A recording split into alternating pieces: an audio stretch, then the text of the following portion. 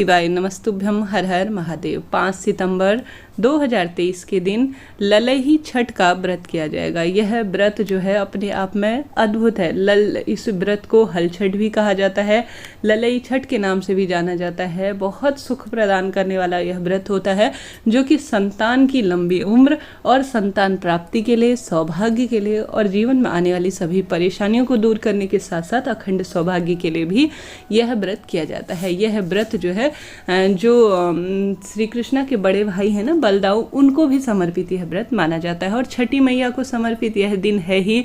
श्री गणेश जी महाराज और गौरा मैया का भी इस दिन अलग अलग क्षेत्रों में पूजन किया जाता है। इस वीडियो में जानेंगे गुरुजी प्रदीप मिश्रा जी द्वारा बताए गए सर्वश्रेष्ठ उपाय, जो इस दिन अगर आप करते हैं तो आपको निश्चित ही लाभ होगा। देर न करते हुए शुरू करते हैं। जैसा कि मैंने आपको बताया, मंगलवार हो रहा है, 5 सितंबर को यह व्रत किया जाएगा।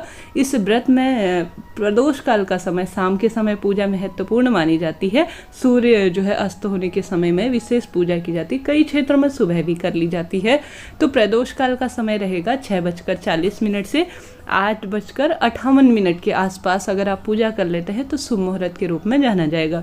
चंद्र दर्शन को जो है महत्वपूर्ण स्थान दिया जाता है शास्त्रों में और क्षेत्र के हिसाब से।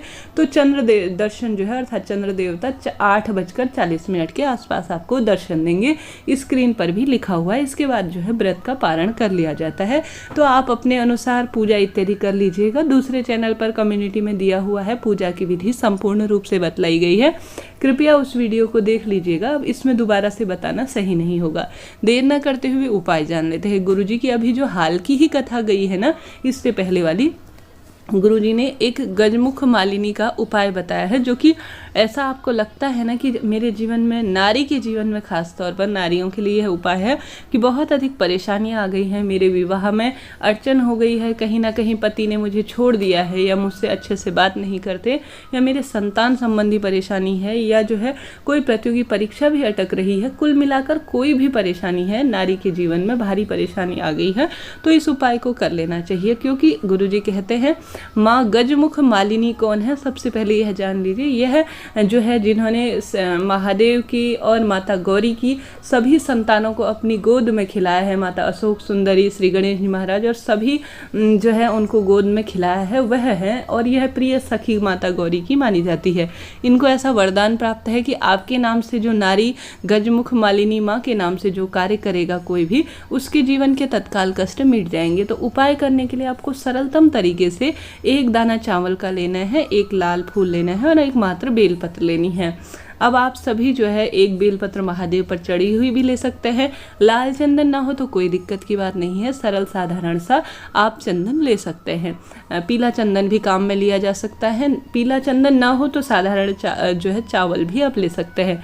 आप सभी को माता अशोक सुंदरी का जो स्थान है ना, उस पर जो है पूर्ण रूप से जो सबसे पहले क्या करना है, आपको बेलपत्र लेना है। बेलपत्र के ऊपर आपको माँ मालिनी, माँ गजमुख मालिनी माता का नाम लेकर बेलपत्र के ऊपर लाल फूल रखना है और 1 दाना चावल का रखना है।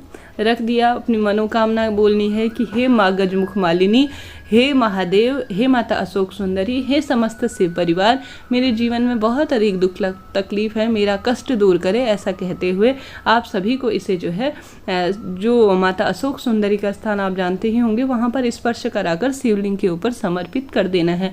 यह उपाय अपने आप में चमत्कार की तरह है, बहुत सरल है, कुछ भी नहीं लगना है। 1 लाल फूल, चावल का दाना और बेलपत्र हर एक घर में होती ही है। तो इसे तोड़कर लाइए और आज ही रख लीजिए। अगर आप व्रत कर रहे हैं तो व्रत के दिन बेलपत्र नहीं तोड़ी जाती, आप सभी को यह बात पता होगी। और सुबह से लेकर रात्रि तक कभी भी इस उपाय को कर लीजिएगा, निश्चित ही आपको लाभ मिलेगा। पहला उपाय हो गया। बात कर लेते हैं दूसरे उपाय की। दूसरा उपाय, आप सभी को शमी पत्र अगर आपके आसपास मिल जाता है ना तो आप ले लीजिए, नहीं तो महादेव पर चढ़ा हुआ शमी पत्र भी आप काम में ले सकते हैं। गुरुजी कहते हैं इनकी संख्या 11 भी रख सकते हैं, 21 भी रख सकते हैं, 51 भी रख सकते हैं, इच्छा आपकी है। तो आप सभी को इनको लेकर शहद में पूरी तरह से डुबा देना है। अब यह उपाय प्रतियोगी परीक्षा के लिए खासकर और किसी भी कार्य की सिद्धि के लिए खासतौर पर आपको करना है। आप सभी को क्या करना है कि यह सभी चीज़ें महादेव के मंदिर में या घर पर ही शिवलिंग विराजमान है, तो वहाँ पर आपको पूर्ण रूप से शमीपत्र शहद में डुबाकर महादेव का श्रृंगार करने से गुरुजी कहते हैं, शमीपत्र जो है महादेव के ऊपर चिपका देता है, श्रृंगार कर देता है, उसके जीवन में जहाँ वह जाता है सफलता हाथ आती है। आपके कोई ट्रांसफ़र का मामला अटक रहा है, आपके जो है बहुत अधिक प्रतियोगी परीक्षा 1-2 नंबर से या नौकरी नहीं लगती कहीं भी, तो आप सभी को सुंदर भाव से श्रृंगार करना है, विश्वास से करना है कि मेरे कार्य सिद्ध होंगे। कुछ भी समझ में ना आए ना, पूछ लीजिएगा, आपका अपना चैनल है, सभी सवालों के जवाब आप प्राप्त करेंगे और तत्काल समाधान प्राप्त करेंगे। इस तरह से यह बात हो गई। अब जो है हम सभी विशेष रूप से, जैसा कि व्रत नहीं भी करते हैं तो भी इन उपायों को करने में कोई दिक्कत की बात नहीं है। इस व्रत में सरलतम भाव से जो है इस दिन गौ माता के दूध इत्यादि नहीं पिया जाता, भैंस का दूध काम में लिया जाता है और हल की पूजा की जाती है। और जुते हुए अर्थात हल से जो उत्पन्न फल होते हैं ना, जो अनाज होते हैं, फल तो खैर ग्रहण कर सकते हैं, परंतु जो है दूध, दही, घी, शक्कर, फल इत्यादि ग्रहण किए जाते हैं, परंतु जो हल से जुती हुई अनाज इत्यादि ग्रहण नहीं किया जाता।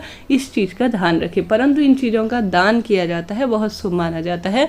तो महादेव के शिवलिंग पर इन चीज़ों को अपनी मनोकामना कहते हुए अगर आप चढ़ा देते हैं तो भी अतिश्रेष्ठ कार्य के रूप में इसे जाना जाता है।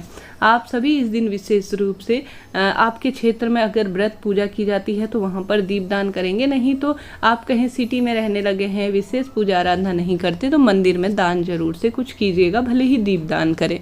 अब जान लेते हैं विशेष उपाय, जो कि विवाह के लिए विशेष है, रोग मुक्ति के लिए है, कार्य सिद्धि के लिए है और मंगलवार का दिन होने के कारण यह उपाय बहुत जल्दी आपको फल भी देगा।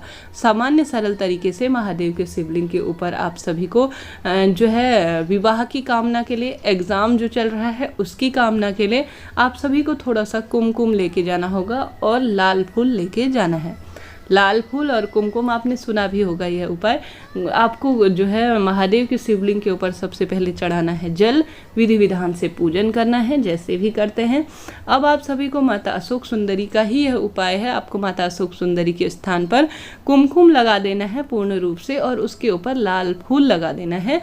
उसके ऊपर जो है आप सभी जो कुमकुम लगाया है थोड़ा सा मात्रा लेकर आनी है और अपनी मनोकामना बोलनी है कि हे महादेव, हे माता अशोक सुंदरी, मैंने आज आपके लाल फूल और कुमकुम समर्पित किया है ताकि मेरा विवाह पूर्ण रूप से हो, मेरे जो है एग्ज़ाम सिद्ध हो जाए। आप अपने बच्चे के नाम से भी कर सकते हैं। कुमकुम लाकर तिलक लगाने से गुरुजी कहते हैं आप जिस काम में जाएंगे ना, उस काम में निश्चित ही आपको सफलता प्राप्त होगी ही।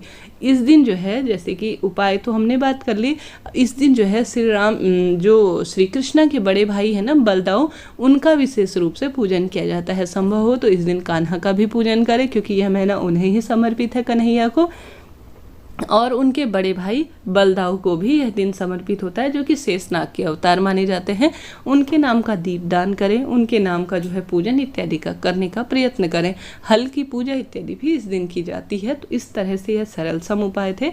आप सभी को अपने क्षेत्र के अनुसार पूजा आराधना करने का प्रयत्न करना चाहिए और इनमें से कोई सरल सा उपाय कर लीजिएगा, निश्चित ही लाभ होगा। हर हर महादेव।